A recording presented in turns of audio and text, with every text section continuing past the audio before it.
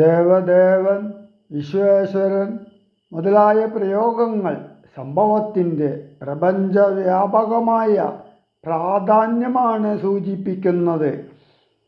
ദേവകളും അപ്സര സ്ത്രീകളും കൂടി ഉത്സാഹത്തോടെ ഉത്സവത്തിൽ പങ്കുകൊള്ളുന്നു. വില്ലുമുറിഞ്ഞപ്പോൾ ഉണ്ടായ ഇടിവെട്ടുന്ന ശബ്ദം കേട്ടു രാജാക്കന്മാർ നടുങ്ങി പാമ്പുകളെപ്പോലെ, മൈഥിലി മയിൽപ്പേട പോലെ സന്തോഷിച്ചു. കൗശികന് കൗതുകമുണ്ടായി. സ്വർണഭൂഷണങ്ങളണിഞ്ഞ മൈഥിലിയിൽ ആന്തരിക ഗുണങ്ങളുടെ സ്വർണശോഭയ്ക്കാണ് പ്രാധാന്യമെന്ന് മറക്കാൻ പാടില്ല.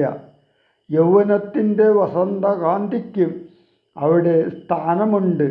കടാക്ഷമാകുന്ന മാലയണിയിച്ചതിനു ശേഷമാണ് മൈഥിലി വരണാർത്ഥമാലയണിയിക്കുന്നത്.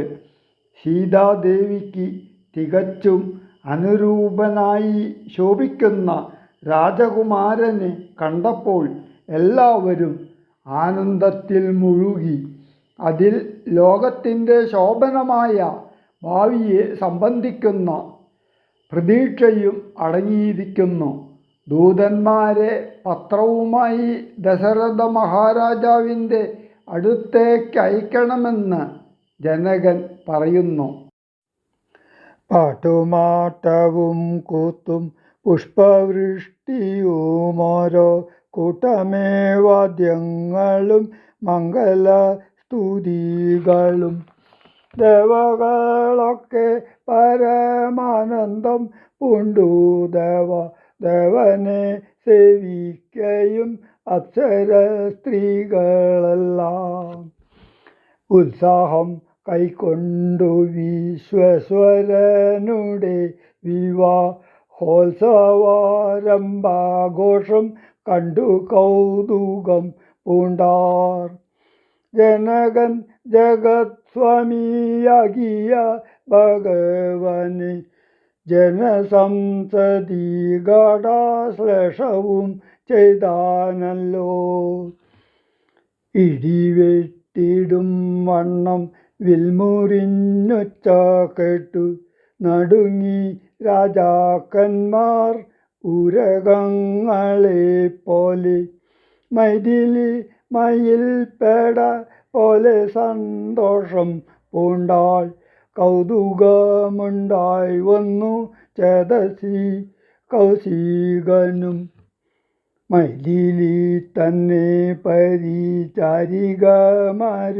നിജ മാതാക്കന്മാരും കൂടി നന്നായി ചമയിച്ചാർ. സ്വർണവർണ്ണത്തെ പൂണ്ട മൈഥിലി മനോഹരി സ്വർണഭൂഷണങ്ങളും അണിഞ്ഞു ശോഭയോടെ. സ്വർണമാലയും ധരിച്ചാദരാൽ മന്ദം മന്ദം അർണോജാനേത്രൻ മുമ്പിൽ സത്രപം വിനീതയായി വന്നുടൻ നേത്രോൽപ്പല മലയും ഇട്ടാൾ മുന്നേ. പിന്നാലെ വരണാത്ത മലയും ഇട്ടിടിനാൾ. മലയും ധരിച്ചു നീലോൽപ്പല കാന്തി തേടും ബാലകൻ ശ്രീരാമനും ഏറ്റവും വിളങ്ങിനാൻ. ഭൂമി നന്ദനക്കനുരൂപനായി ശോഭിച്ചിടും ഭൂമി ബാലൻ തന്നെ കണ്ടവർകളും ആനന്ദാംബുധി തന്നിൽ വീണുടൻ മുഴുകിനാർ. മാനവവീരൻ വാഗന്നാശിയും ചൊല്ലിടിനാർ. അന്നേരം വിശ്വാമിത്രൻ തന്നോടു ജനകനും വന്ദിച്ചു ചൊന്നാനിനി കാലത്തെ കളയാതെ പത്രവും കൊടുത്തയച്ചിടണം ദൂതന്മാരെ. സത്വരം ദശരഥ ഭൂപനെ വരുത്തുവാൻ.